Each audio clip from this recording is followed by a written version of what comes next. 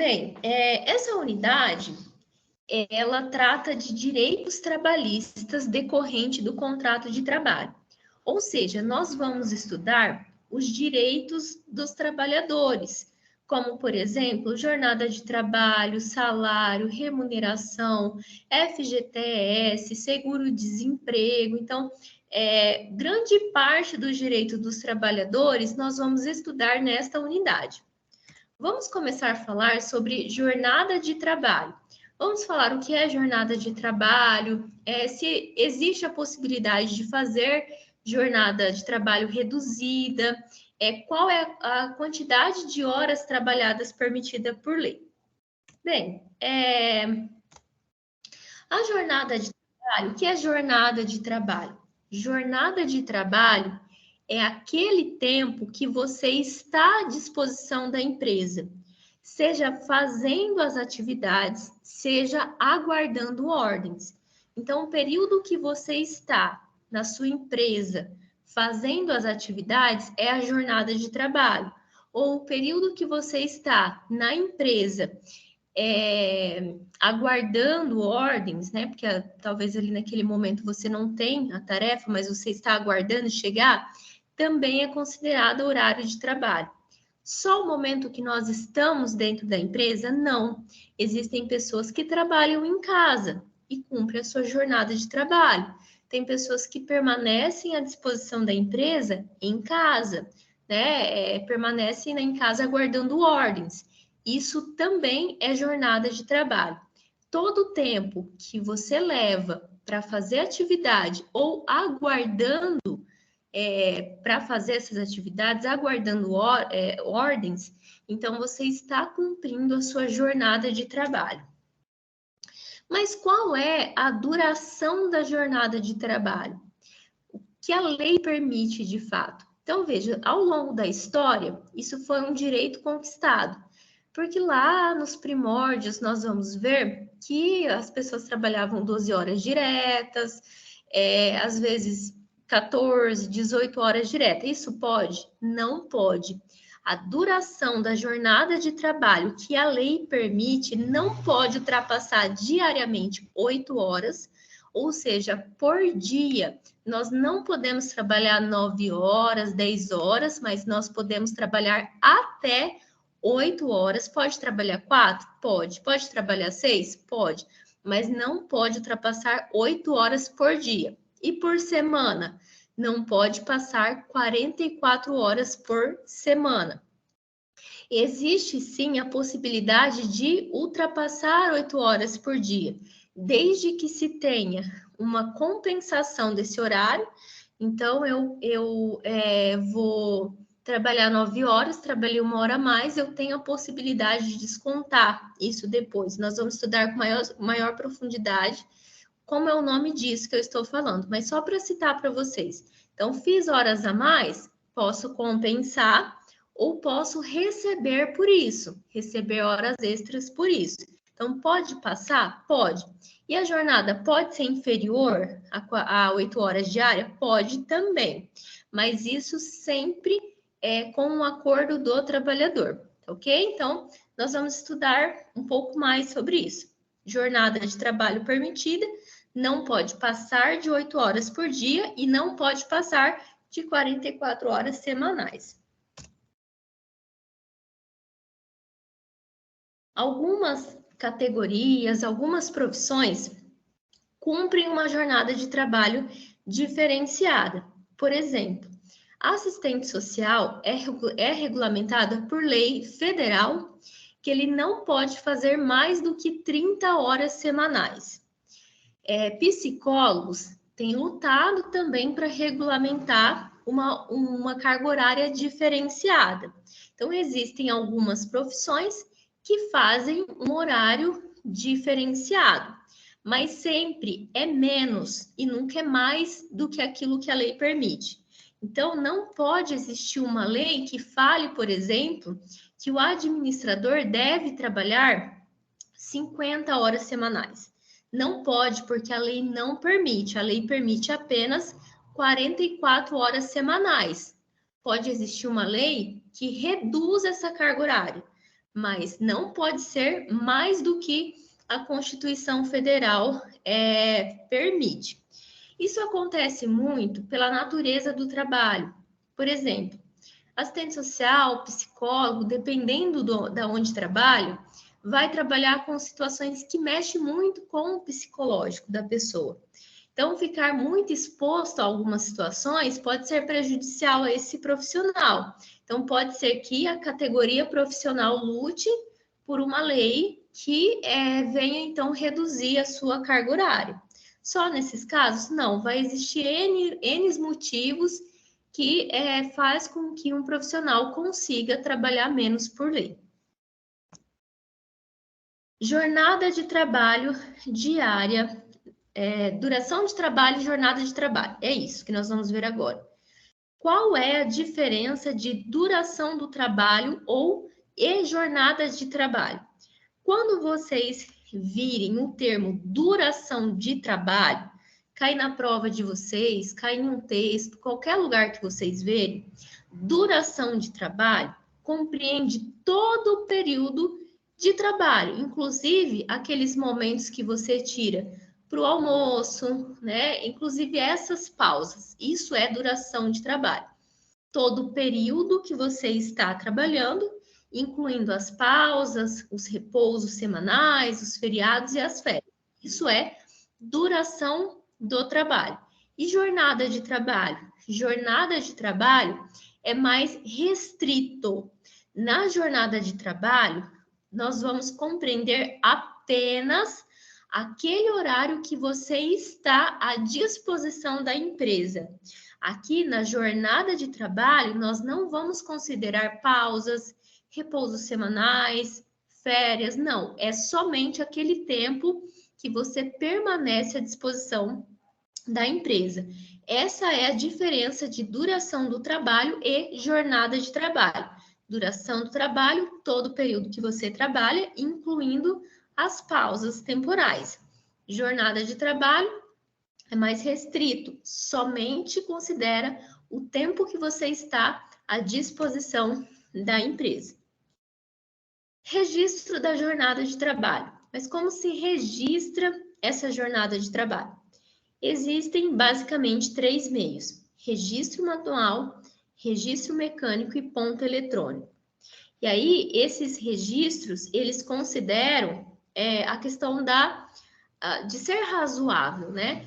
Para definir qual é o tempo a mais que será considerado hora extra, né? Então, tá, eu sei que eu preciso trabalhar, mas qual tempo a mais vai ser considerado hora extra? Se eu passar 5 minutos ali na empresa trabalhando, isso é considerado hora extra?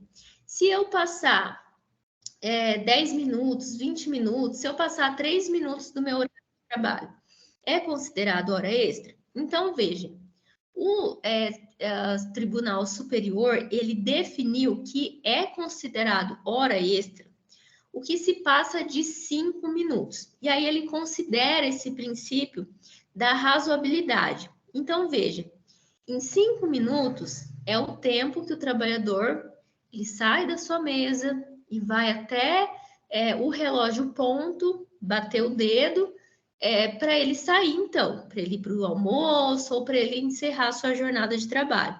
Então, até 5 minutos não é considerado hora extra, mas se passar de 5 minutos, 6 minutos, 10 minutos, por exemplo, já é considerado hora extra ou banco de horas, dependendo de como a empresa trabalha. Se eu passar 3 minutos, por exemplo, para ir até o relógio ponto, não é considerado hora extra. Se passa, por exemplo, se eu passo 10 minutos do meu horário para sair para o almoço, se eu demoro 10 minutos para sair da empresa no final do dia, isso já são 20 minutos, né? Então, com 20 minutos todos os dias, a gente tem uma boa produtividade para a empresa. Pessoal, algo que é interessante e que eu vejo bastante trabalhando com a questão dos pontos é que o cartão ponto ele não pode ser uniforme, ou seja, se nós trabalharmos manual, por exemplo, a gente não pode anotar no nosso ponto manual que nós chegamos todos os dias às 8 horas. Ou todos os dias, meio-dia, a gente sai para o almoço. Não tem como. Sempre vai ter essa variação, né? Ou lá no ponto eletrônico, sempre 8 horas, sempre meio-dia, né? Não, sempre tem essa variação. Um trabalhador, ele não consegue ser pontual sempre, né? Ou ele chega um pouco antes, ou ele chega um pouco depois, mas sempre no mesmo horário exato, isso não é possível. E se houver um ponto uniforme com os horários sempre iguais em todos os dias, não vai existir validade probatória. Porque pode-se considerar, por exemplo, que as anotações não são verdadeiras. Quais são os tipos de registros? Nós temos o registro manual, registro mecânico de cartão ponto, ponto digital ou eletrônico. Qual é a diferença desses três? No ponto manual, é quando o trabalhador ele vai anotar por escrito o horário que ele entrou, o horário que ele saiu, né? Então, é algo por escrito que ele vai fazer. Seja em uma folha, seja em um livro, mas é sempre uma anotação. No registro mecânico do cartão ponto, vai trabalhar tanto com esse registro manual, quanto com o cartão ponto, quanto também passando ali no eletrônico, ok? Então, aqui nós vamos fazer a união do registro manual com o ponto digital ou eletrônico. Manual, uma anotação que o empregado faz dos seus horários. Registro mecânico e cartão ponto é quando nós vamos ter os dois, um registro do trabalhador e também ali um registrado no relógio ponto, né? Ele registra, ele anota e também bate o dedo, por exemplo. Ponto digital ou eletrônico é quando nós vamos ter um relógio digital. Então, muitas empresas trabalham com um cartão ou um crachá, que a pessoa chega e passa ali o cartão, o crachá no relógio ponto, e isso vai registrar automaticamente o seu horário de entrada, o seu horário de saída. Na minha onde eu trabalho, na minha organização que eu trabalho, nós tínhamos primeiramente o digital, a gente passava o dedo no relógio ponto para ele funcionar. Depois, nós tivemos um aplicativo que conecta com o Wi-Fi da instituição e nós batemos o ponto ali pelo aplicativo do celular. Tá, então passei de 5 minutos da jornada de trabalho. Isso vai me gerar o direito à compensação de banco de horas ou horas extras. Mas o que é banco de horas?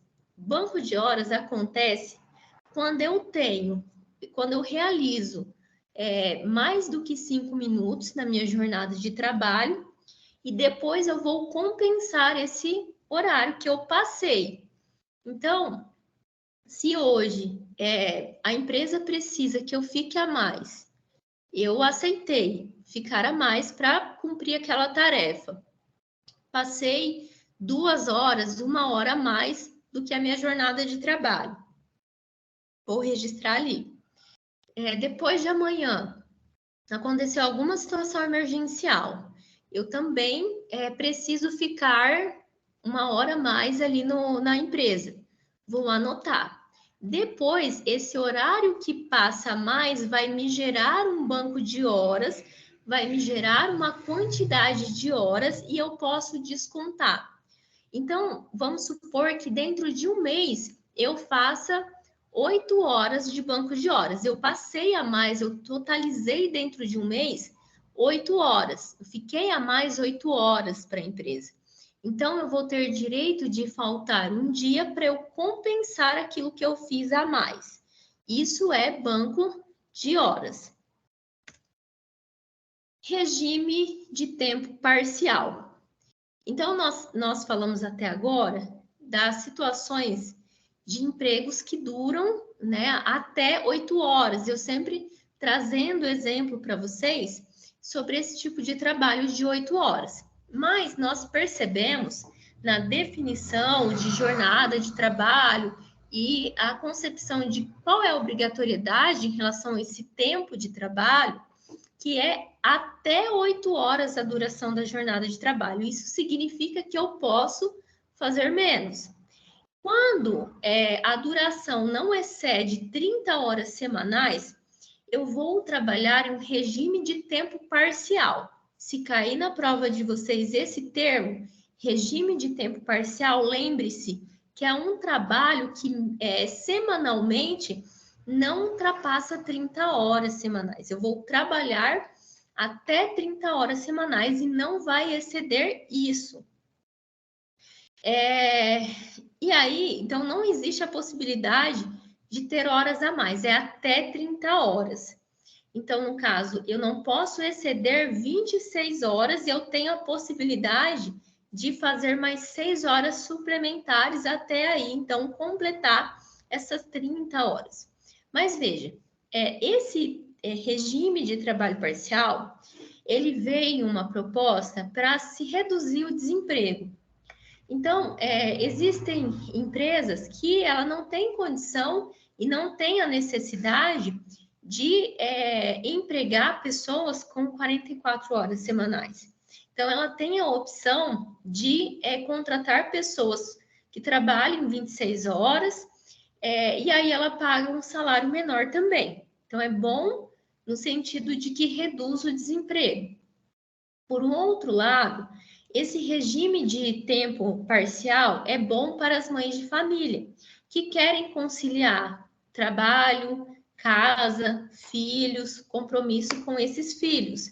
Então, eu mesmo trabalho 30 horas semanais na outra instituição. Isso é bom para mim. Por que é bom para mim? Porque eu consigo fazer várias coisas que eu não conseguiria se eu trabalhasse 44 horas semanais. Então, eu consigo ter um outro emprego aqui na Uniaselv, então, porque servidor público tem um horário estabelecido por lei, acho que é 60 horas semanais, a gente não pode trabalhar mais do que 60 horas, se eu não me engano. Então, se eu trabalhasse 44 horas semanais, se eu trabalhasse na Uniaselv, por exemplo, poderia ser que essas 60 horas ultrapassasse. Por lei, servidor público não pode trabalhar mais do que isso. Então, para mim, isso é bom. 30 horas semanais, eu consigo estudar. Então, eu lembro que quando eu comecei a estudar para concursos públicos, eu trabalhava em uma outra cidade, 30 horas. Eu consigo trabalhar 30 horas, eu sempre trabalhei 30 horas, porque a assistente social, por lei federal, pode trabalhar até 30 horas. Mas, e aí eu trabalhava em uma outra cidade, próximo de Paranavaí, e eu tinha um esquema de caronas que a gente fazia. Então, o período que eu permanecia lá, esperando a minha carona para voltar, eu estava estudando. Então, tinha 2 horas de almoço, estudava 1 hora. Então, 30 horas semanais, trabalhar isso, foi muito importante para eu estudar, para o mestrado, para o doutorado, para que eu pudesse trabalhar na Uniaselv.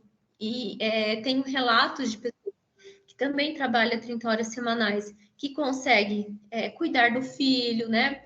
Estar mais próximo da família, né? Então, é bem interessante essas vantagens. Uma outra vantagem é também para estudantes que não dispõem de 44 horas semanais para estar dentro de uma empresa.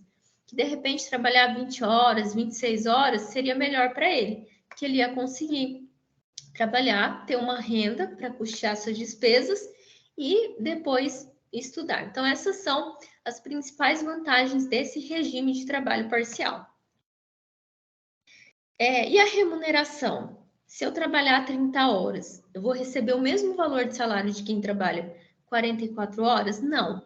A remuneração ela é proporcional ao tempo parcial.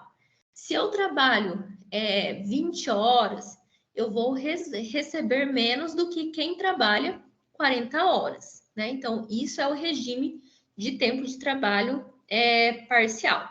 E esse salário também. Regime de prontidão e sobreaviso. Como ele acontece, o regime de sobreaviso e o regime de prontidão. Regime de sobreaviso.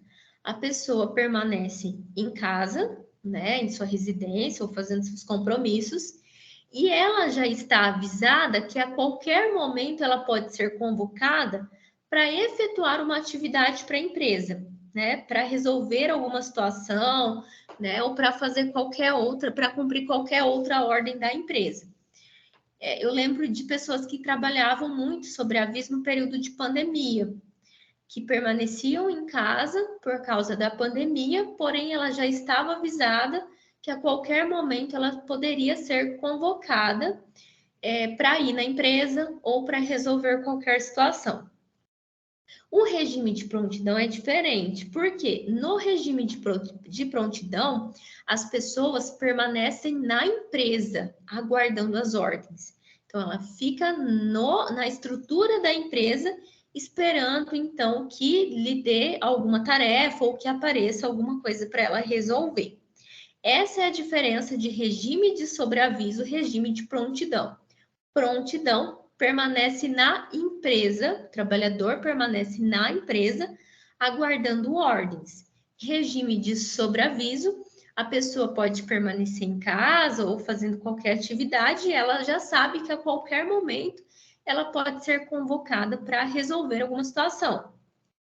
Nesse regime de sobreaviso, a questão da tecnologia é muito importante, porque se ela permanece em casa ou fazendo atividade, como que a empresa vai se comunicar com ela, para convocar ela? Ou às vezes ela pode resolver alguma coisa dentro da própria casa. Então, por isso que a tecnologia, ela veio favorecer a execução do regime de sobreaviso. Intervalos, intrajornadas e interjornadas. Então, vamos lá. O que é intervalo? Penso que o próprio nome já nos faz deduzir o que é intervalo. O intervalo é aquele tempo que você vai fazer uma pausa no seu trabalho, ok? Isso é intervalo, é um descanso, é uma pausa durante o dia da execução do seu trabalho. Ah, parei para almoçar, né? Então, esse é um intervalo que você faz. E intrajornada? Desculpa, pessoal.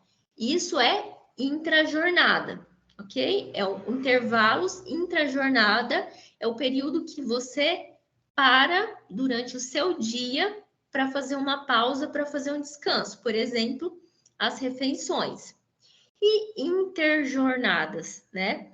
Ele é entre uma jornada e outra, ok? Então, veja, eu parei o meu dia às 6 horas da tarde e eu vou voltar no outro dia às 8 horas da manhã. Esse tempo é uma interjornada, esse tempo que eu passei fora do meu trabalho é uma interjornada. Intrajornadas são pausas no decorrer do dia. Então, veja, pessoal, em qualquer trabalho, nós temos algumas pausas. Na verdade, essas pausas vai depender da quantidade de horas que você realiza no seu dia. Existe um esquema básico aqui para nós entendermos, então, o que eu tenho direito de intervalo, né? O quanto tempo eu tenho. Se você trabalha até 4 horas, então por dia eu trabalho 4 horas. Você não tem direito de fazer um intervalo. Se você trabalha de 4 a 6 horas por dia, você tem direito de 15 minutos de intervalo. Se você trabalha de 6 a 8 horas, né, por dia, você tem direito de 1 a 2 horas de intervalo. Então, o tempo do intervalo, ele é proporcional à quantidade de horas que você trabalha. Existem algumas situações especiais que o livro chama, na verdade a CLT chama de intervalos intrajornadas especiais.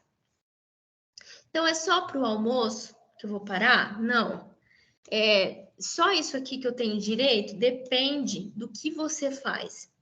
Por exemplo, uma pessoa que trabalha como datilógrafo, só digitando, por exemplo, ele tem o direito de realizar um intervalo de 10 minutos a cada 90 minutos de trabalho. Então, ele trabalha 90 minutos e aí ele tem direito a 10 minutos de intervalo, de uma pausa. Quem trabalha com datilografia, digitador. Quem trabalha em câmeras frias vai ter direito de um intervalo de 20 minutos a cada 1 hora e 40 minutos de trabalho contínuo. Então, trabalhadores que trabalham na câmera fria podem trabalhar, né? Vão trabalhar 1 hora e 40 minutos de trabalho direta e fazer um intervalo de 20 minutos. Após os 20 minutos, ele vai trabalhar novamente 1 hora e 40 minutos e vai fazer uma pausa de 20 minutos até completar, então, a sua jornada de trabalho. Quem trabalham com minas no subsolo já vai ter um intervalo de 15 minutos a cada 3 horas de trabalho efetivo. Então, as pessoas que trabalham com minas no subsolo, a cada 3 horas que ela faz, então ela trabalhou 3 horas, ela faz uma pausa, então, de 15 minutos. Passando os 15 minutos, ela volta, ela trabalha novamente 3 horas, por 15 minutos, e assim até completar o seu dia. Quem trabalha como telefonista, a cada 3 horas que ela trabalha, ela tem, né, o profissional tem direito a 20 minutos, e é a mesma questão. Trabalha sempre 3 horas, descansa 20. Depois volta, trabalha 3 horas, descansa 20, até completar a sua jornada de trabalho. Quem está amamentando, qualquer profissional que está amamentando, descanso de 30 minutos, 2 vezes por dia para amamentar. Então, durante a sua jornada de trabalho diária, ela pode parar 2 vezes por 30 minutos para fazer a amamentação. No caso do datilógrafo, de pessoas que trabalham na câmera fria, de pessoas que trabalham com minas no subsolo, do telefonista, essas pausas são importantes por causa da saúde do trabalhador. Então, trabalhar sempre digitando pode ter ler, por exemplo. Então, é preciso parar um pouco, fazer um intervalo, né, para que a mão possa relaxar, de repente fazer alguns exercícios, alguns alongamentos e voltar. Câmera fria também. Imagine uma pessoa trabalhando 8 horas dentro de uma câmera fria. É muito prejudicial para a saúde do trabalhador, né? Ou muito frio, ou muito quente. Por isso que é necessário fazer essas pausas. Nas minas, nos subsolos também, telefonista também. Então, por isso que existe essas pausas, esses intervalos de intrajornadas especiais, devido à saúde desses trabalhadores. Sobre o descanso semanal, antes ele não era remunerado. Então, não considerava que sábado, domingo, feriado, por exemplo, era remunerado, não considerava. Hoje, não. Hoje, os domingos, os feriados, eles também são remunerados. Então, todo trabalhador, ele tem um direito a um repouso semanal. E esse repouso remunerado, ele tem que ser de 24 horas consecutivas, preferencialmente aos domingos. Existem várias regrinhas em relação a isso, mas existe essa fixação geral. É necessário ter um repouso semanal, preferencialmente esse repouso semanal deve acontecer aos domingos e deve ter um tempo de 24 horas consecutivas esses repousos semanais. Além disso, do domingo, por exemplo, existem alguns feriados religiosos, civis, que, de acordo com a tradição local, de acordo com a legislação local, também é considerado repouso semanal, né? E esses feriados também são remunerados. Então, o que isso quer dizer? Por exemplo, é 7 de setembro, e aí a empresa 7 de setembro é um feriado nacional. A empresa não pode descontar do trabalhador esse dia, porque é feriado, né? Porque o feriado, ele também é remunerado. E esse repouso semanal, essas 24 horas que nós temos direito, não pode ser fracionado. Então, nós sabemos que nós temos direito de ter 24 horas consecutivas, preferencialmente ao domingo, como repouso semanal remunerado. Eu não posso pegar fracionado. Então, por exemplo, segunda-feira eu vou trabalhar menos 1 hora, sexta-feira eu vou trabalhar menos 5 horas, e eu vou dividindo e eu trabalho aos domingos. Isso não pode acontecer. Isso é proibido por lei. O repouso semanal tem que ser consecutivo, 24 horas consecutivos. No caso do comércio, existe, por lei, uma autorização para se trabalhar aos domingos, né? Mas essa autorização precisa sempre observar a lei. Como que isso está escrito na lei, né? Como isso consta na lei? Por exemplo, Dia dos Pais, Dia das Mães, pode funcionar o comércio? Pode. Mas e o repouso semanal remunerado nesse caso? Esse repouso, ele deve coincidir pelo menos uma vez no período máximo de 3 semanas com o domingo. Eu lembro que eu trabalhava em posto de gasolina, por exemplo. Trabalhava aos domingos? Trabalhava. Mas eu tinha um repouso semanal. Então, às vezes ele caía no dia de semana, às vezes ele caía em um domingo, por exemplo. Mas a regra é, pode trabalhar aos domingos? Pode trabalhar aos domingos. Desde que, pelo menos uma vez, em um período de 3 semanas. Então, dentro de 3 semanas, eu preciso obrigatoriamente que um domingo caia o meu repouso semanal. Né? Então, posso tirar um repouso na segunda e uma semana, posso tirar o repouso na outra semana, na quinta, pode, mas na próxima, obrigatoriamente, tem que ser aos domingos, para a gente respeitar, então, as leis que vem estabelecer como que tem que ser esse repouso. Deixa eu ver que horas são. Senhoras. 7h40. Jornada de trabalho 12 por 36. A gente teve algumas reformas dentro da CLT e muitas coisas mudaram. Essa questão da jornada de trabalho vem trazer, então, que ela pode ocorrer, é facultado, então as partes, a empresa e o trabalhador pode optar ou não fazer para estabelecer um horário de 12 horas seguidas de 36 interruptas de descanso. O que significa isso? Eu vou trabalhar 12 horas seguidas para descansar 36 horas interruptas. Isso pode acontecer? Pode.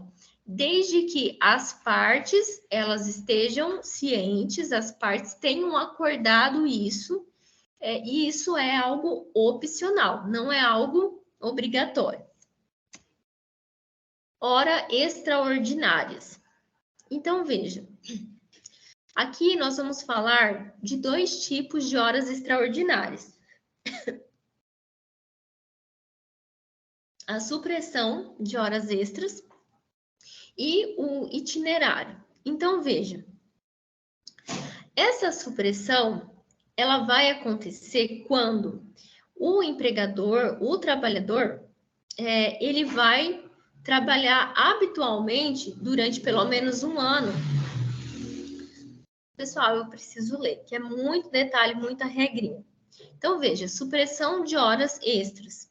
A supressão total ou parcial pelo trabalhador de serviço suplementar prestado com habitualidade durante pelo menos 1 ano assegura ao empregado o direito de indenização correspondente ao valor de 1 mês de horas suprimidas, total parcial, para cada ano ou fração igual ou superior a 6 meses de prestação de serviço acima da jornada normal.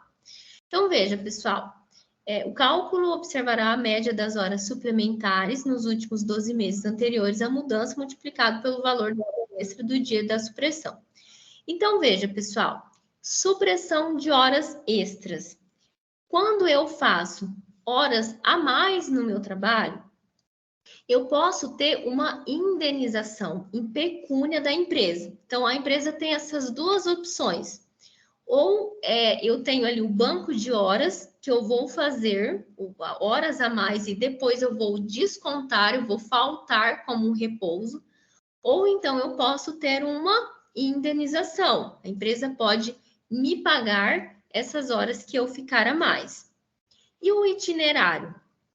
O itinerário, antes, né, da reforma trabalhista, existia um cálculo para a gente entender, para receber em relação ao tempo gasto para deslocar da casa ao trabalho.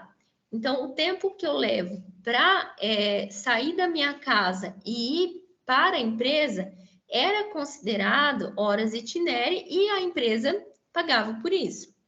Hoje não. Com a reforma trabalhista, isso já caiu, então, em desuso, mas só para que vocês, então, possam entender essas horas itinerárias. Jornada de trabalho noturna. A jornada de trabalho noturna é aquela que vai acontecer no período da noite. Porém, existem várias regrinhas que vai depender do tipo de trabalhador. Normalmente, né, o trabalho noturno é aquele que vai acontecer das 22 horas de um dia até as 5 horas do dia seguinte. Então, das 10 horas da noite às 5 horas da manhã. Então, eu vou trabalhar esse período, eu vou trabalhar à noite e à madrugada, isso é jornada noturna. E para o empregado rural, esse horário ele é diferenciado. Então, não é das 10 horas da noite às 5 horas do outro dia. Para o trabalhador rural, a jornada noturna ela vai ser considerada das 20 horas de um dia até as 5 horas do dia seguinte. Isso para o trabalhador rural, aquele que trabalha na zona rural, na lavoura, vai ter esse horário diferenciado. Então, se existem trabalhadores que trabalham no âmbito rural e começam a trabalhar, por exemplo, 8 horas da noite, o horário, a jornada noturna vai passar a ser considerada a partir das 21 horas. Já para o trabalhador na pecuária, não vai ser das 22 horas de um dia às 5 horas do dia seguinte. Para quem trabalha na pecuária, a horas noturna vai ser das 20 horas de um dia até as 4 horas do outro dia. Nossa, mas por que essas regrinhas? Porque, pessoal, é assim, tá na lei assim. Existem esses trabalhadores que horários noturnos são considerados diferenciados, ok? Jornada noturna do menor. Nós já vimos, inclusive na unidade anterior, que o trabalho ele é permitido para pessoas a partir de 14 anos de idade, desde que seja na condição de aprendiz. Nós nos aprofundamos mais nisso. Mas, para que vocês possam revisar um pouquinho, o trabalho noturno, ele não é permitido para quem trabalha na condição de menor aprendiz. Quando nós falamos de menor aprendiz, nós dissemos que é permitido a partir de 14 anos, porque a empresa ela vai ter toda uma obrigatoriedade com relação à proteção do desenvolvimento da pessoa que trabalha como aprendiz. Inclusive, essa proteção também aborda a questão do trabalho noturno, que não pode fazer esse trabalho noturno. Porque o trabalho noturno, ele também é, de certa forma, prejudicial à saúde. Existem estudos que comprovam que pessoas que fazem essa jornada noturna têm menos saúde, envelhecem mais cedo, têm doenças, ansiedades, né, desenvolvidas mais cedo. Então, por isso que a pessoa que trabalha como aprendiz, que recebe toda a proteção, também não pode trabalhar no noturno. E se alguma empresa ela descumprir essa regra e colocar a pessoa que trabalha como aprendiz para trabalhar no período noturno? É proibida? É proibida. Mas se ficar comprovado que isso aconteceu, a empresa precisa pagar por isso, né? E ela vai ter que pagar os direitos noturnos ao menor aprendiz, caso ela não tenha pagado. adicional noturno, hora noturna, né? Enfim. Redução de jornada. Então, veja, acho que até nós já falamos sobre isso. É permitido reduzir a jornada? Sim. E essa redução de jornada ela vai acontecer junto com a redução de salário e isso também precisa ser uma negociação coletiva. Então, existe uma empresa que trabalha 44 horas semanais.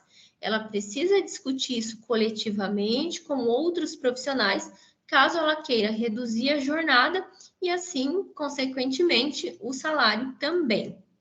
E aí, pessoal, a gente pode alterar os contratos de trabalho. Então, se um trabalhador trabalha 40 horas e eu quero alterar essa jornada de trabalho para 30, para 20 horas, pode sim ter alterações contratuais, como nós já vimos anteriormente, mas o consentimento tem que ser mútuo. Qualquer mudança que for fazer no contrato, não só de jornada de trabalho, mas de qualquer outra situação, as duas partes precisam consentir. E essas alterações não podem trazer prejuízos aos empregados. Nossa, esse foi o tópico 1. Consegui falar. Que ele é o mais demorado. Dúvidas, pessoal? Quer falar, Igor?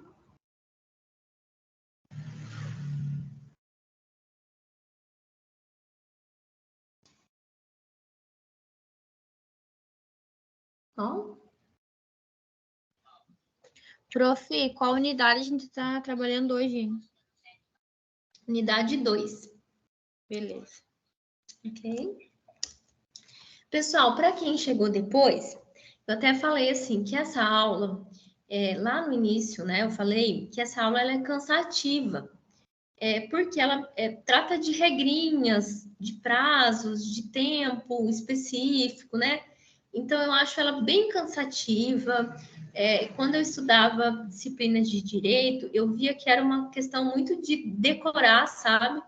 Se eu trabalho 44 horas, não tenho direito. Se eu trabalho de 4 a 6, já tenho direito a 15 minutos de intervalo.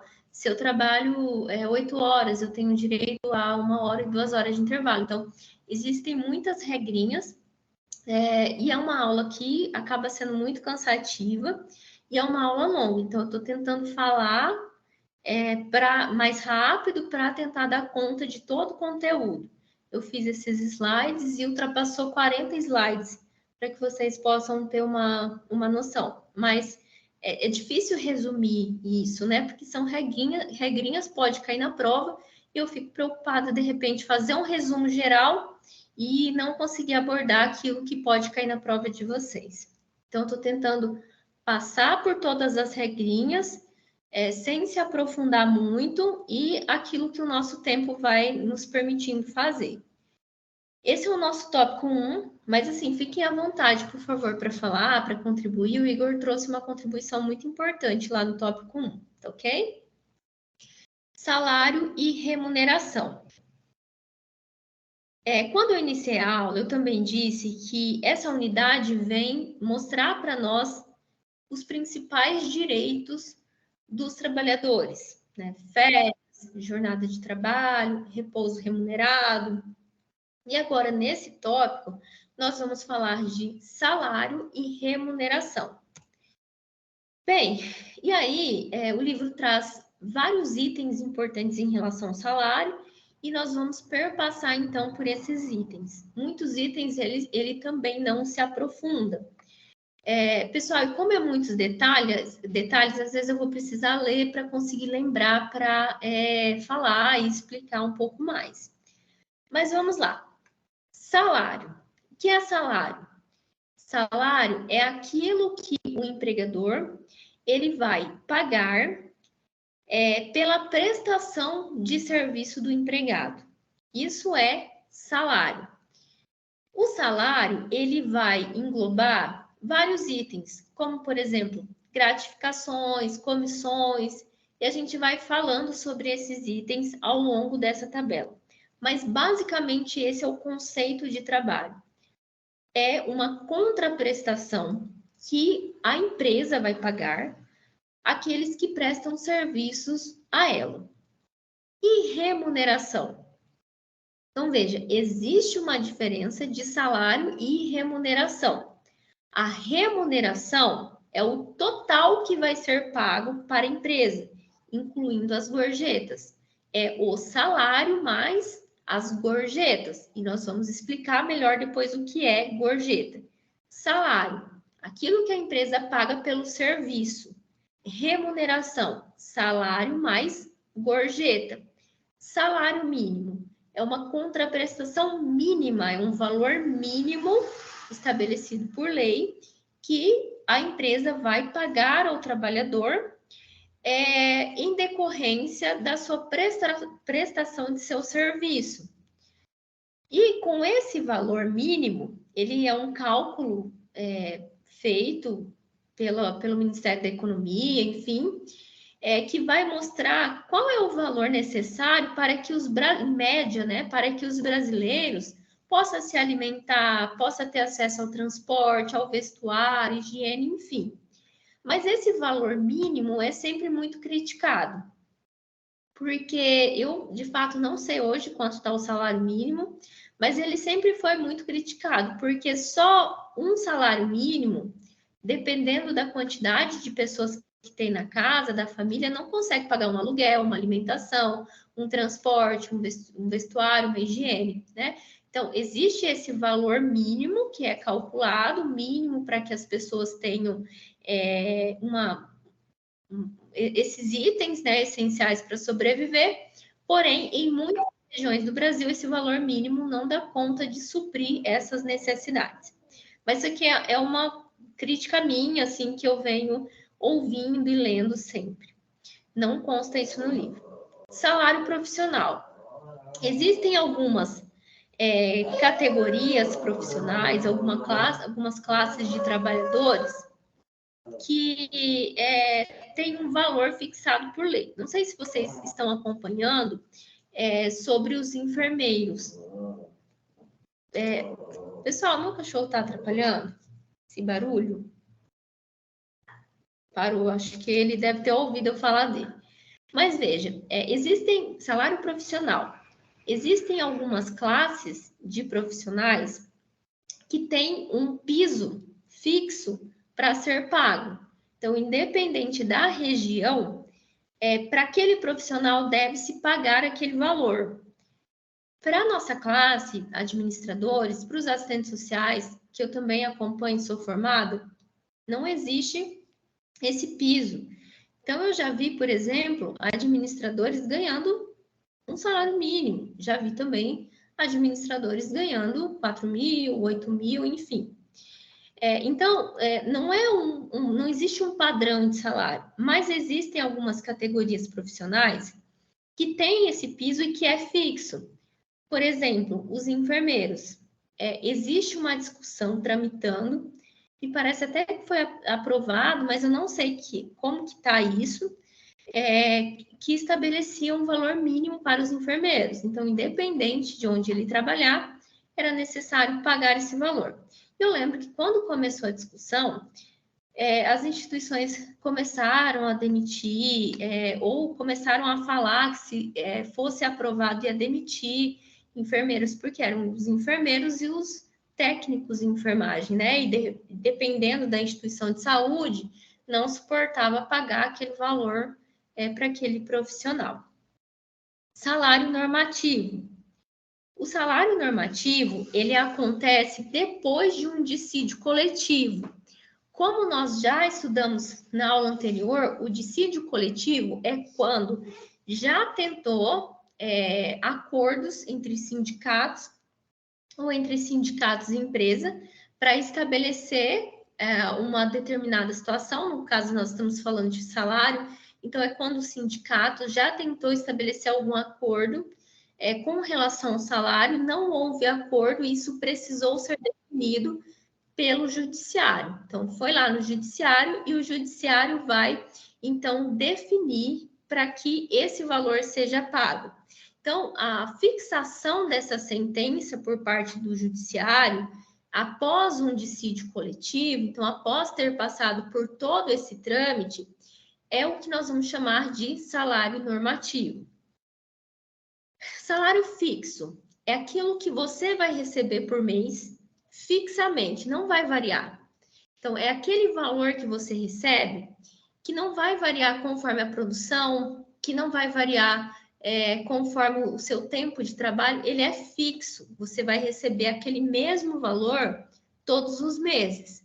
Já o salário variável é aquilo que o próprio nome já nos faz deduzir, que vai variar, que vai alterar mês a mês, conforme a sua produtividade, conforme o mês ali, conforme o que você produz em relação à peça, conforme a comissão, conforme a hora extra. Então, é aquilo que você vai receber de a mais por cumprir uma determinada tarefa. Então, vai alterar mês a mês. Esse salário variável, ele pode ser por tarefa, por peça ou por comissão. Por tarefa, então, a quantidade de tarefas que você faz pode ser, então, motivo de um salário variável. Então, por exemplo, você tem um salário fixo, né? Mas eu dou um benefício de produtividade. Então, se você produzir 100 peças, peças não, se você cumprir 100 tarefas a mais do que você tem que cumprir, então eu vou pagar por essas 100 tarefas a mais. Então, se você cumpre mais tarefas, você vai receber mais. Se você faz menos tarefa, você vai receber menos. Então, por isso que vai alterar mês a mês. Ou por peça, né? Então, se você produz mais peça esse mês, você vai receber mais. Se você produz menos peça, você vai receber menos. Ou por comissão. Se você vende mais esse mês, você vai receber mais comissão. Se você vende menos, você vai receber menos comissão. Salário misto. O salário misto ele é composto pelo salário fixo mais o salário variável. Isso é o salário misto. Então, qual foi o valor desse mês que você recebeu no total, considerando o salário que você tem fixo, que não altera todo mês, mais o valor do salário que você tem, que varia todo mês conforme a sua produtividade. E isso é o que vai compor o salário misto.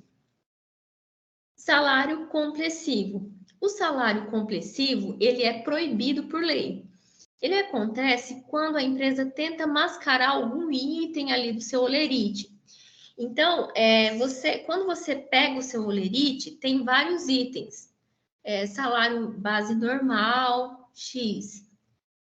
Vale transporte, tem lá o valor X. Vale alimentação, valor X. Depois tem um desconto, faltas X. FGTS X, né? E aí, quando a empresa pega tudo isso e coloca em um item só, isso significa salário complessivo. Ela não mostrou no seu holerite o total de cada item, mas ela tentou mascarar essas remunerações dos adicionais. Salário por unidade de tempo, obra ou por tarefa. O salário por unidade de tempo, ele acontece pelo tempo que você trabalha. Então, eu vou construir, né? O pedreiro, para construir, ele precisa de 6 meses. Então, eu vou pagar por esse tempo. Isso é salário unidade de tempo. Por obra, eu vou construir. Ele não trabalha por tempo, né? Mas ele trabalha por obra. Então, eu vou construir um cômodo, ele vai me cobrar por esse cômodo. Isso é salário por obra. Salário por tarefa, quantidade de tarefas que eu faço, quantidade de tarefas que nós realizamos. Então, eu não sou paga pelo tempo que eu estou ali à disposição, né, fazendo as atividades. Eu sou paga pela tarefa. Então, se eu consigo pregar 20 óleos nos ursinhos, eu vou ser paga por aqueles 20 óleos.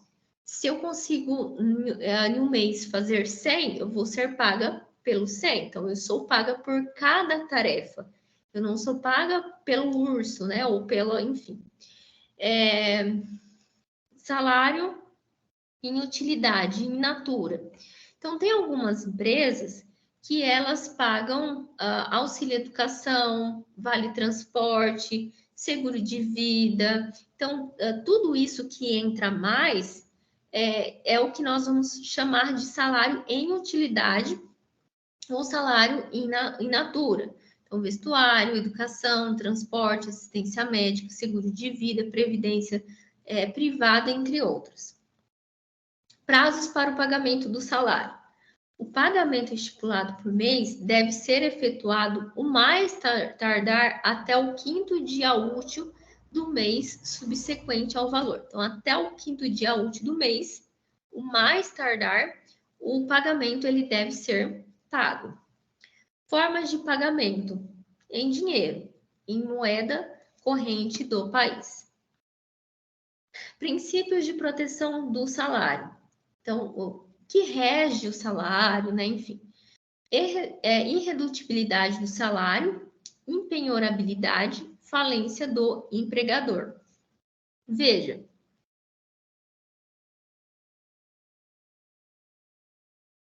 irredutibilidade do salário. O valor do salário normal, ele não pode ser reduzido. Uma vez fixado aquele salário mínimo, o empregador não consegue reduzir esse salário. Isso é irredutibilidade do salário. Impenhorabilidade. A justiça não pode empenhorar o seu salário. Então, você fez uma dívida, você não conseguiu pagar, a pessoa foi lá na justiça e está cobrando isso de você. A justiça pode empenhorar o seu salário? Não, exceto nos casos de pagamento de pensão alimentícia. Então, a justiça pode determinar que uma parte do seu salário seja paga a uma criança, a um filho, como forma de prestação alimentícia. Falência do empregador. Mesmo a empresa declarando falência, as dívidas com relação aos trabalhos não são perdoadas. Então, existe um contrato de trabalho e eles ainda sobrevivem mesmo em caso de falência da empresa. Verbas integrantes da remuneração. O que integra essa remuneração? Diárias de viagens, participação nos lucros, comissões, abonos, gratificações e prêmios. Diárias de viagem. As diárias de viagem, ela vai acontecer quando o trabalhador ele precisa ser indenizado por causa de algumas despesas que ele teve com a empresa, ou para fazer alguma atividade da empresa. Isso acontece principalmente em casos de viagens. Esse é o único caso que de fato eu conheço. Então, no meu caso, eu sempre faço transporte de mulheres em situação de violência. Esses dias eu fui para Londrina para trabalhar. Então, eu tive custo de deslocamento, eu tive custo de hospedagem, eu tive custo com alimentação para me deslocar. Às vezes eu saio e fico mais do que um dia para fora. Então, eu tenho esses custos a mais que às vezes eu não estava contando e que a empresa vai lá e me faz essa indenização. Ela me paga essa diária para que eu possa, nesses locais, conseguir comer, conseguir me deslocar e ainda conseguir me hospedar em algum hotel. E isso sempre porque eu estou fazendo algo para a empresa, para o benefício da empresa. Participação nos lucros. A participação nos lucros, ela acontece quando a empresa ela paga o trabalhador por causa que ela teve um resultado positivo. Então, naquele mês, ela teve um resultado positivo, ou naquele ano, ela teve um resultado positivo. Então, a empresa ela pode fazer uma distribuição dos seus resultados.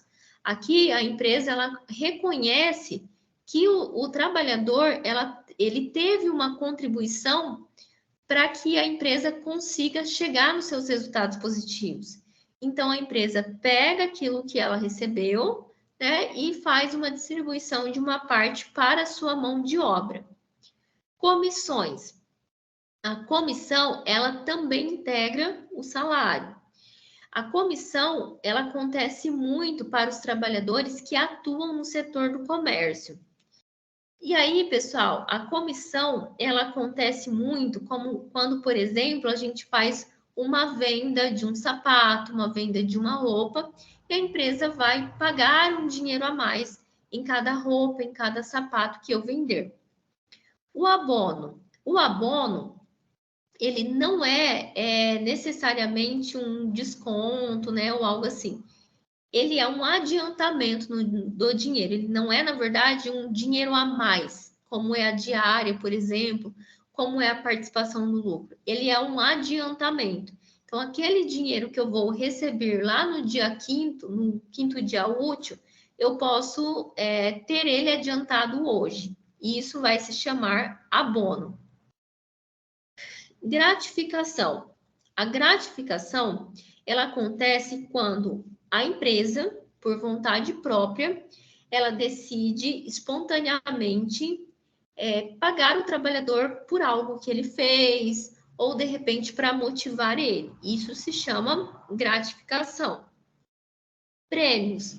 Os prêmios, eles podem ser pagos em dinheiro, mas também pode ser pago de várias outras formas. Por exemplo, viagens, né? E esses prêmios, eles acontecem principalmente por causa da produtividade desse trabalhador, por causa da assiduidade, por causa da qualidade que ele tem em relação ao trabalho. Mas os prêmios, eles não podem ser a única forma de salário. Os prêmios, eles precisam vir acompanhados de outros tipos de salários, de remuneração, de gratificações, comissões, por exemplo, salário fixo. Adicionais previstos na legislação. Quais são os adicionais? Insalubridade, periculosidade, adicional noturno e horário noturno. Insalubridade.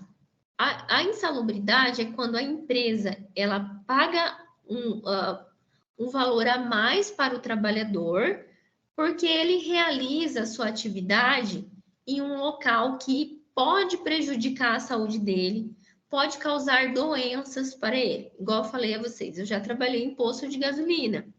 Posto de gasolina, nós temos sempre contato com o combustível, um frentista, por exemplo, tem contato com o combustível, e o combustível, ele pode ser prejudicial à saúde, né? Pode causar várias doenças. Então, o imposto de gasolina se paga em insalubridade.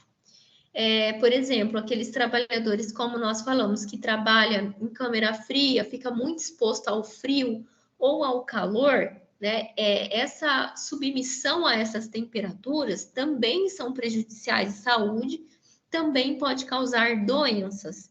Então, por isso que se paga esse valor, esse adicional de insalubridade. Periculosidade é diferente de insalubridade. Na periculosidade, ela é paga quando existe uma exposição do trabalhador a um risco, por exemplo, de cair de uma escada, por exemplo, de ser roubado ou de alguém atirar nele. Isso é uma periculosidade. Insalubridade, quando se expõe a risco prejudiciais de saúde, como, por exemplo, doenças, ao risco, a gente tem maior probabilidade de desenvolver algumas doenças por estar sendo exposto a algum risco biológico, algum risco físico, algum risco químico, por exemplo. E periculosidade, nós temos risco quando a gente permanece exposto também a algumas situações. Mas, por exemplo, um risco de cair, né, um risco de ser roubado, um risco de ser vítima de violência física, por exemplo. Demais verbas, pessoal. Ajuda de custo, gorjeta, gueltas, quebra de caixas e verba de representação. Ajuda de custo. Nós já estudamos que a empresa ela pode estar situada em regiões não tem profissionais que ela precisa, com a qualificação que ela precisa. Então, nesse sentido, muitas vezes, ela precisa de contratar pessoas de outras regiões, muitas vezes pagar melhores salários, para que isso atraia eles, para que eles aceitem trabalhar na empresa. Quando isso acontece, né, as pessoas elas vêm de uma outra região para trabalhar em outra por causa da empresa, a empresa pode pagar uma ajuda de custo. O que seria essa ajuda de custo? É um valor, é uma indenização para que ela tenha custeado as despesas que ela teve com a viagem, por causa dessa mudança que ela vai precisar fazer para trabalhar nessa empresa. Gorjeta.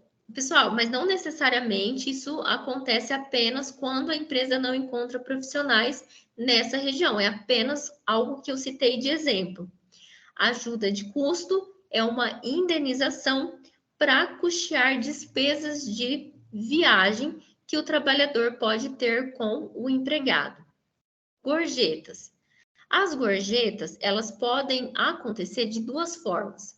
Ou ela pode ser espontânea pelo cliente, então o cliente quer dar, vai lá e dá um valor, ou a própria empresa pode cobrar a gorjeta do cliente. Então, quando você vai no restaurante, por exemplo, se cobra R$ 8 por causa do cantor ao vivo que está lá. Isso é uma forma de cobrar gorjeta. Então, a gorjeta ela acontece dessas duas formas. Gueltas. As gueltas, elas acontecem quando se paga a um terceiro para divulgar e incentivar o seu produto. Mas todo o pagamento que uma empresa faz para que um terceiro incentive a venda dos produtos, a compra dos produtos, é feita por, se chama gueltas. Quebra de caixa. Quebra de caixa acontece com aqueles profissionais que atuam diretamente no caixa. Então, às vezes, falta um valor específico no fechamento de caixa, essa pessoa tem que pagar essa falta, né? Ou sobra mais, né? Também pode ter ali uma multa por sobrar mais. Mas veja, depende também das empresas. As pessoas que trabalham no caixa têm esse risco de sempre ser descontado esses valores que faltam. E aí a empresa ela pode pagar, né, uma compensação a essas pessoas que trabalham no caixa por essas diferenças que às vezes dá no caixa. Verba de representação. Então veja, quando uma pessoa ela trabalha captando o cliente, ela pode ter esse tipo de verba. Então, a empresa ela vai pagar essa pessoa para que ela possa fazer, ela às vezes tem despesa, para que ela possa então captar clientes. Então, eu estou aqui, isso nunca foi me pedido, tá? Não é o meu papel, mas só para a gente pensar. A minha responsabilidade enquanto tutora é só nos encontros. Mas a Uniaselv pode, por exemplo, pedir para que eu divulgue o trabalho, né? Então, que eu vou nas escolas falar sobre os cursos, que eu vou, de repente, em órgãos da prefeitura falar sobre os cursos, por exemplo. Então, ela pode me pagar uma verba de representação, que eu vou até esses locais, então, eu vou ter uma despesa para ir nesses locais para divulgar a empresa, o trabalho da empresa e ainda tentar captar clientes. Verbas de natureza salarial e verbas de natureza indenizatória. Então, veja, verbas de natureza salarial é aquilo que está no salário, integra o salário. A empresa ela vai remunerar o empregador pelo trabalho que ele faz. Por exemplo, nós temos 13º, adicional insalubridade, adicional periculosidade, desculpem, adicional de transferência, adicional noturno, tudo isso entra como verbas de natureza salarial, né? Então, o trabalhador prestou o seu serviço cumpriu com os critérios, então ele tem direito de receber. Verbas de natureza indenizatória, elas não incorporam o salário e elas servem para compensar esse trabalho prestado. Então, por exemplo, eu trabalho aqui na Uniaselv, depois de algum tempo, eu até tinha esquecido desse direito, mas depois de um tempo eu tenho um direito de fazer uma pós-graduação gratuitamente pela Uniaselv. Isso é algo que vai estar integrado no meu salário? Não, é algo a mais, é uma bolsa a mais que a empresa vai me dar para compensar o meu trabalho. Então, ela já não está no meu salário, não integra o salário, mas para compensar o meu trabalho, ok? Então, entra aí, por exemplo, abono de férias, sem exceder 20 dias, aviso prévio, bolsa aprendizagem, bolsa estagiário, bonificação, cobertura médica e odontológica, complementação do auxílio doença e várias outras, ok?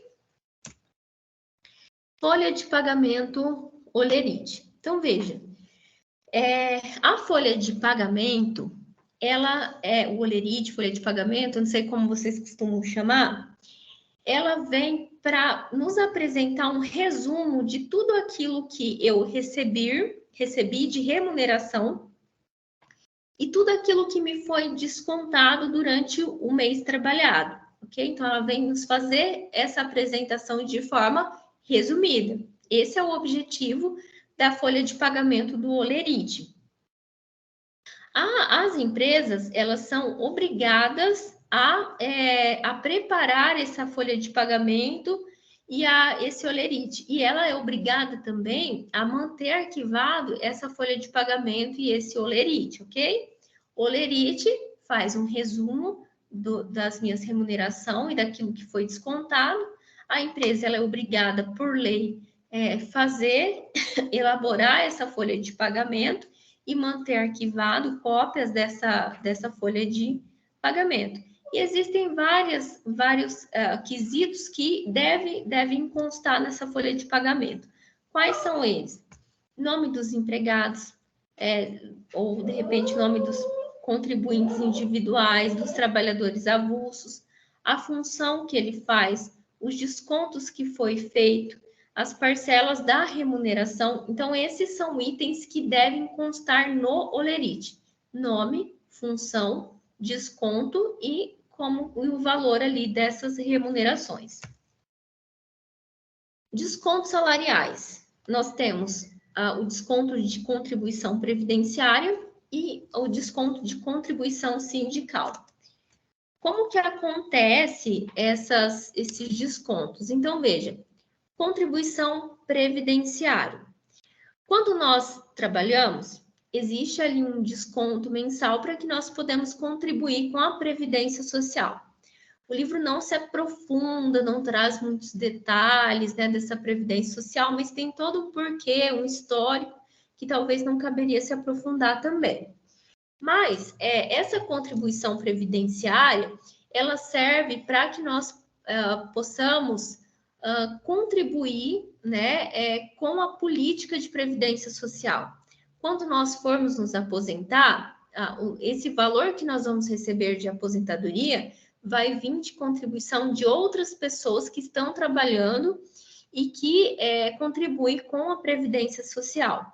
Existe um percentual de desconto que vai ser aplicado mensalmente e ser retirado esse valor, descontado esse valor da folha de pagamento. Contribuição sindical. Então, contribuição sindical é uma contribuição com os sindicatos, é um desconto que vai vir ali na folha de pagamento por contribuir com o funcionamento, com as despesas do sindicato. Antes, era obrigatória a contribuição sindical, então todo mundo tinha ali um valor descontado na folha de pagamento para contribuir com o sindicato. Porém, posteriormente, essa contribuição sindical se tornou algo opcional. Então, você pode optar por contribuir ou não com o seu sindicato, ok? E essa sua contribuição vai servir para que os sindicatos, eles funcionem. Outras possibilidades de desconto: dano causado pelo empregador, adiantamentos e vales, prestação alimentícia, aviso prévio, imposto de renda e vale transporte. Danos causados pelo empregador. Se o trabalhador ele faz algo que provoca um dano à empresa, ao patrimônio da empresa, é permitido que a empresa desconte do pagamento dele aquele dano. Ah, então eu risquei o carro da empresa, eu bati o carro, né? Eu fiz algum dano ali para o patrimônio, para o prédio, para a estrutura da empresa. A empresa pode descontar, então, do empregador. Adiantamentos e vales. Isso aqui não é exatamente um desconto, mas é um valor antecipado que a pessoa vai receber. Então, obrigatoriamente a empresa paga até o 5º dia útil do mês o seu salário. Então, hoje ela está precisando, ela pode receber esse adiantamento, esse vale, como uma forma de antecipar o valor que ela iria receber lá no 5º dia útil do mês. Desconto da prestação alimentícia. A prestação alimentícia tem a ver com o pagamento de pensão alimentícia. Se o juiz determinar que seja descontado do valor do salário do genitor ou da genitora da criança um valor específico para se pagar a pensão alimentícia, isso pode acontecer. Mas a empresa pode fazer porque ela quer? Não. Isso tem que ser determinado judicialmente. Aviso prévio. O aviso prévio, então, a empresa ela pode descontar um valor do trabalhador quando ele pede demissão. Então, não é a empresa que mandou embora, é o próprio trabalhador que pede essa demissão. E o trabalhador não cumpre aviso prévio, ok? Então, isso possibilita, então, o desconto. Nós vamos estudar com mais profundidade o que é aviso prévio. Outra possibilidade de desconto é o imposto de renda. A legislação, ela permite, ela autoriza, então, que o imposto de renda seja descontado do valor do trabalho ali do empregado. Eu trabalho em uma empresa que desconta, outra não, e uma outra que desconta. De fato, eu prefiro que desconta logo, né? Do que não descontar. Então, é um valor que vem aí, um percentual específico, que retira como forma de pagar o imposto de renda. Desconto do vale transporte. Então, o trabalhador, ele tem direito ao vale transporte, a lei autoriza, então, que a empresa conceda o vale transporte a ele, porém, não é totalmente paga pela empresa. Existe aí uma porcentagem também paga pelo trabalhador, isso é permitido por lei. E aí a lei autoriza o desconto do vale transporte até o limite de 6% do salário do empregado, né? Então, ela permite, então, que seja descontado do trabalho ela permite que seja descontado 6% do salário do empregado para custear, então, o vale transporte, sendo parte custeado pelo trabalhador e parte custeado, então, pela empresa. Comprovante de pagamento. Pessoal, estou tentando falar rápido por causa do horário. Como eu falei para vocês, é bastante detalhe, tem bastante assunto. Para se aprofundar nessas questões, é um pouco complicadas, nesse tempo curto que a gente tem. Mas veja, comprovante de pagamento. O comprovante de pagamento é aquilo que vai provar o que você recebeu e o que foi descontado do seu salário. Nós vimos que em muitos casos a prova testemunhal vai equivaler o contrato de trabalho, por exemplo, mas no caso do comprovante de pagamento, a testemunha não tem validade se o recibo de pagamento provar o contrário. O que vai provar o que você ganha, o que é descontado, é o seu comprovante de pagamento. Mas isso não se encaixa para os trabalhadores domésticos, só para os trabalhadores urbanos, rurais, mas exceto os domésticos. Pagamento sem recibo não tem eficácia. É necessário ter o recibo, é obrigatório ter esse recibo de pagamento. Se um trabalhador ele é analfabeto, não sabe escrever, não sabe assinar, ele pode então ter a sua impressão digital, então coloca o dedo no carimbo e aí coloca ali na folha de pagamento como forma então de assinatura desse comprovante de pagamento. Pessoal, esse é o tópico 2. Dúvidas, contribuições? Tá dando para entender? Posso seguir? Dá para entender sim, professora. Então, tá certo. Obrigada pelo retorno. Vou só tomar uma água e a gente vai para o último tópico.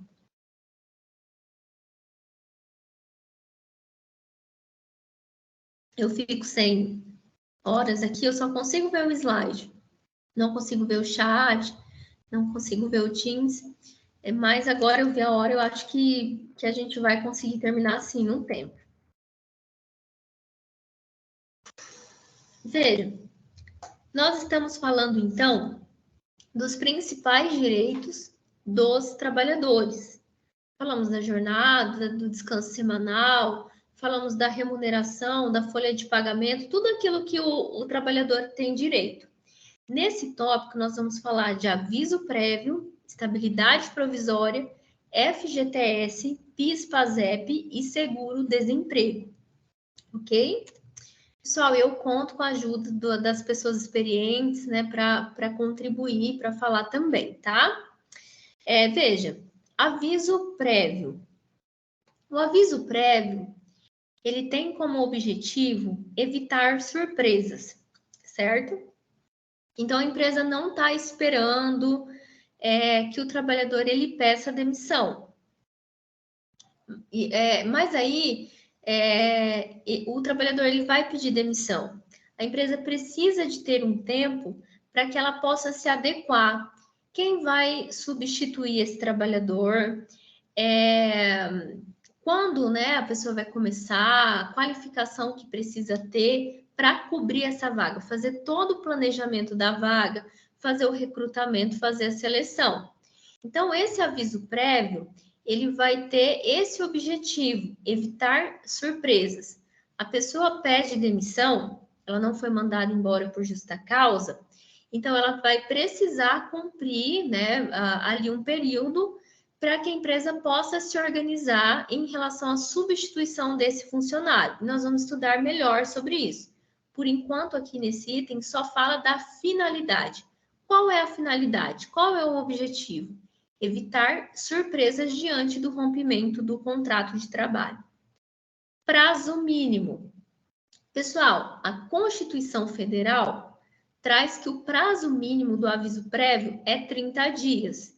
Ou seja, pela Constituição Federal, um trabalhador, quando ele pede demissão, ele precisa ficar no mínimo 30 dias trabalhando, nós vamos estudar mais sobre isso, mas no mínimo 30 dias trabalhando ali na empresa como forma de aviso prévio.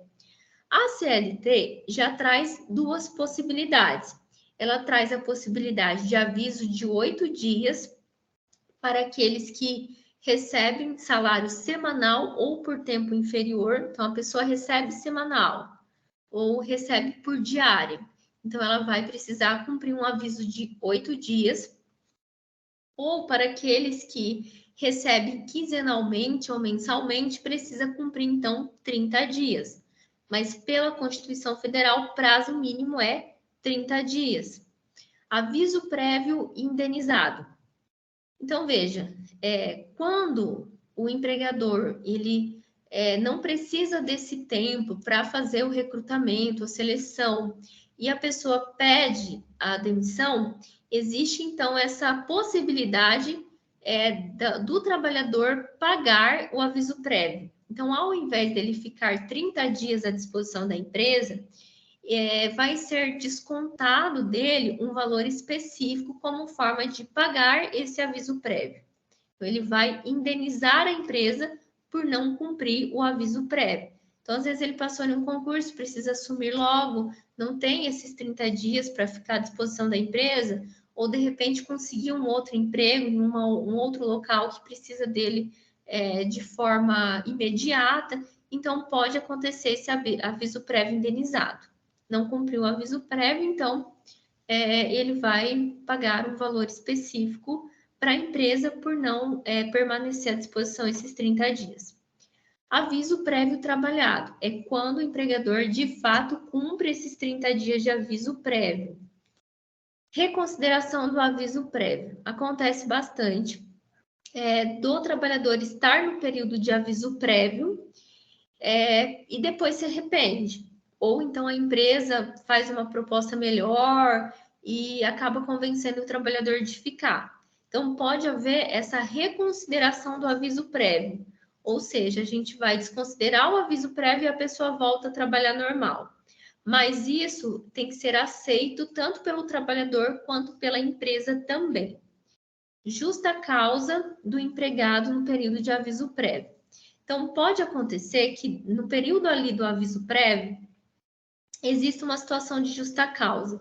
Então, o trabalhador cometeu alguma coisa e a empresa pode, então, dispensá-lo por justa causa. Isso pode acontecer. Então, se isso acontecer, então a empresa vai dar uma justa causa para o empregado. Em um período de aviso prévio, não precisa cumprir o aviso prévio. Termina ali o aviso prévio. Estabilidade provisória no emprego. Existem algumas situações específicas que dá o direito do empregador de uma estabilidade provisória, ou seja, em um período específico, provisoriamente, o trabalhador não pode ser mandado embora. Quando isso acontece? Nós vamos ter estabilidade do dirigente sindical, estabilidade do cipeiro, estabilidade da gestante, estabilidade do acidentado e outros tipos de estabilidade. Estabilidade do dirigente sindical. Quando um trabalhador ele é eleito como presidente ou como suplente para atuar no sindicato, tanto o dirigente quanto o suplente, vai ter direito a uma estabilidade provisória, que o livro define durante todo o período do mandato dele dentro do sindicato e até um ano após o retorno da atividade, o dirigente, o suplente do sindicato, não pode ser mandado embora. Então, isso dá a ele uma estabilidade provisória. Nesse período, a empresa não pode demitir esse trabalhador. Estabilidade do cipeiro. Existe uma comissão dentro da empresa que se chama Comissão Interna de Prevenção de Acidentes, CIPA.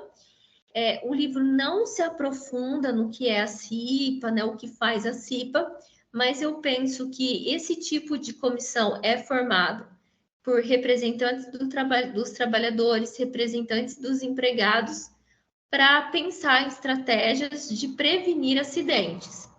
No caso, os representantes da empresa, as pessoas que participam dessa comissão para representar a empresa, não têm direito a essa estabilidade.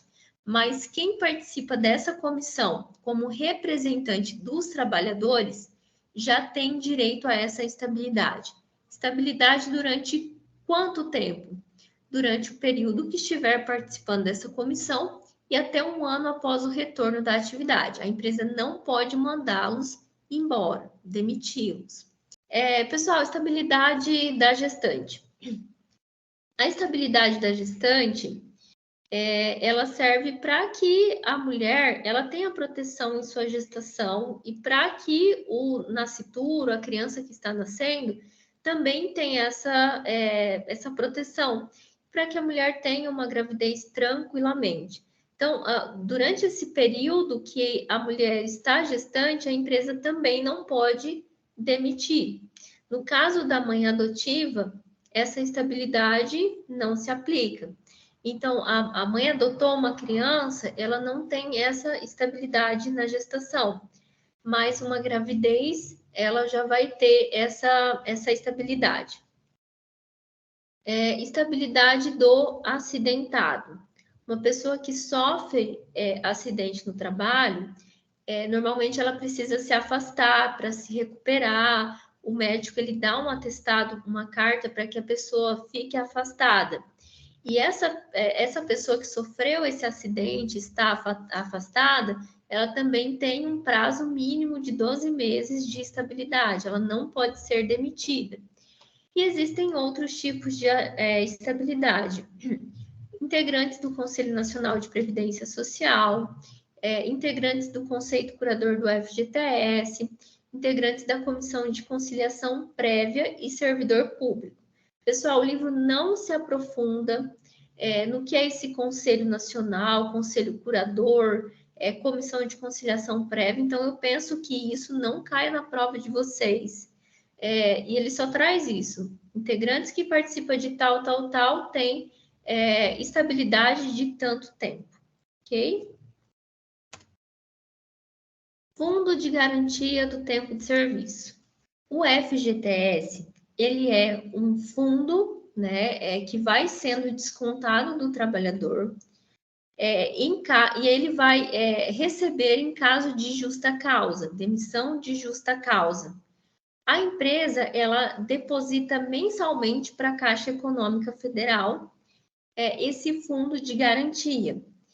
Depois, o livro fala um pouco sobre a história desse FGTS. Ele se tornou obrigatório, ele se tornou um direito com a Constituição Federal de 1988. A empresa, ela é responsável por recolher esse dinheiro, né, por descontar dessa folha de pagamento do trabalhador, por depositar mensalmente esse dinheiro. E ela precisa depositar até o 7º dia de cada mês. Então, ela precisa depositar mensalmente para a Caixa Econômica Federal até o 7º dia de cada mês. Quem fiscaliza essa questão do FGTS? Se a empresa está depositando, se a empresa está cumprindo de fato esse período de tempo, enfim, quem fiscaliza as questões do FGTS? O Ministério Público, por meio da Delegacia Regional do Trabalho. Qual que é a regra, qual que é a porcentagem em base de cálculo? Regra geral, é de 8% da remuneração paga ou devida. Entretanto, vai haver uma redução dessa para 2% nos contratos de aprendizagem. Então, trabalhadores que não trabalham em condição de aprendiz vai ter 8% da sua remuneração descontada, né, recolhida para fins de FGTS. No caso de pessoas que trabalham como aprendiz, já reduz, não é 8%, é 2%. Prescrição do FGTS. O direito de reclamar contra o recolhimento do FGTS acontece até o prazo de 2 anos após o término do contrato de trabalho. Então, você pode reclamar do FGTS em qualquer momento. Se você encerrou o contrato de trabalho e passou mais de 2 anos, 2 anos e 1 mês, por exemplo, você já não tem mais o direito de reclamar em relação ao não recolhimento do FGTS. PIS, PASEP. O PIS, ele é um fundo que é gerido pelo governo, então ele é um dinheiro gerido pelo governo federal, calculado sobre o faturamento da empresa e não sobre o lucro. Por isso é destinado à participação nos lucros. Então, o PIS, ele é um fundo recolhido, administrado pelo governo federal, que a empresa vai recolher, né, que vai pagar aí para o governo federal a partir do seu faturamento, né? Quem participa do PIS? Todos os trabalhadores, só não participa do PIS os trabalhadores rurais de pessoa física e os domésticos, mas todos os demais têm direito ao PIS. PIS e PASEP é diferente. O PIS é destinado a todos os empregadores, exceto esses, empregados rurais e domésticos. O PASEP, ele já é destinado ao funcionário público. Abono anual e cotas. Então, existe alguns requisitos para receber o PIS, para receber o PASEP. Então, veja, Quais são esses requisitos? Receber até 2 salários mínimos mensais. Quem recebe mais do que 2 salários mínimos não tem direito ao PIS e ao PASEP. Ter exercido atividade remunerada por um período mínimo de 30 dias no ano.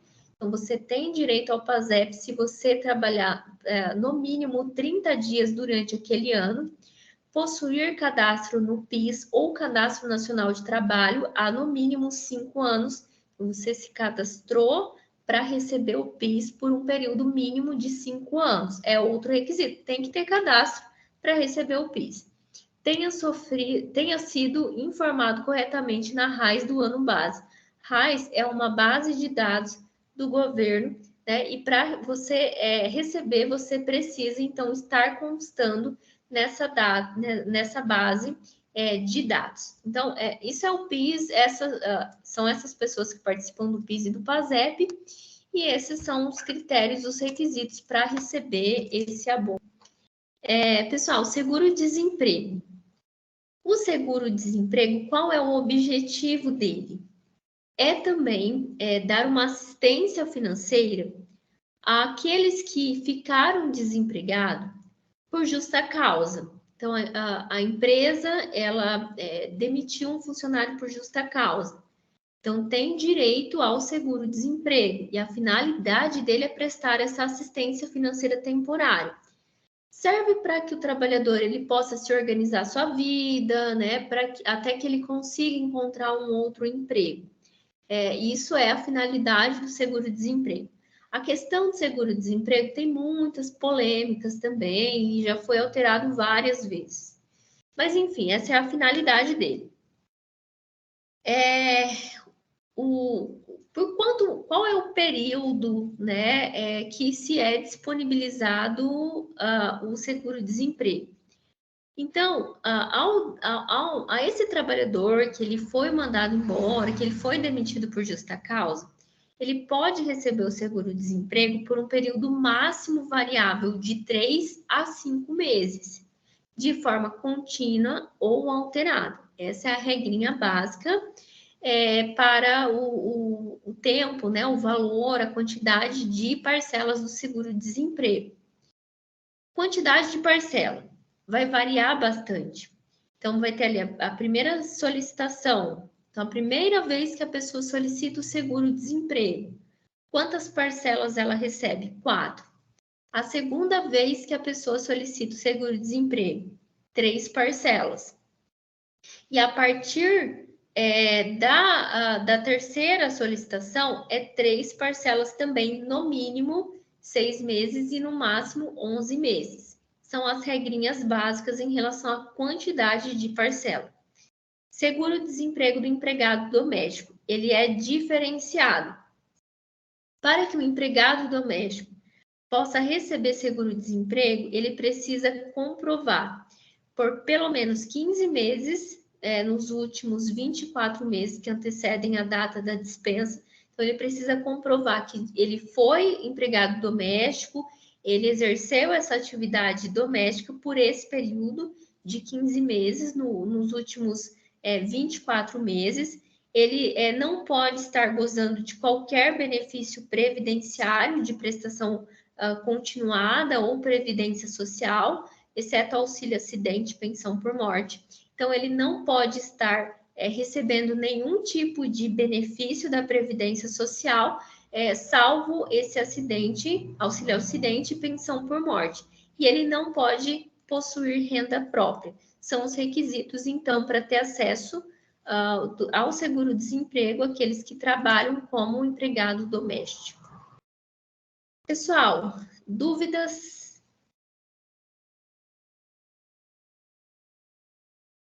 Não, prof.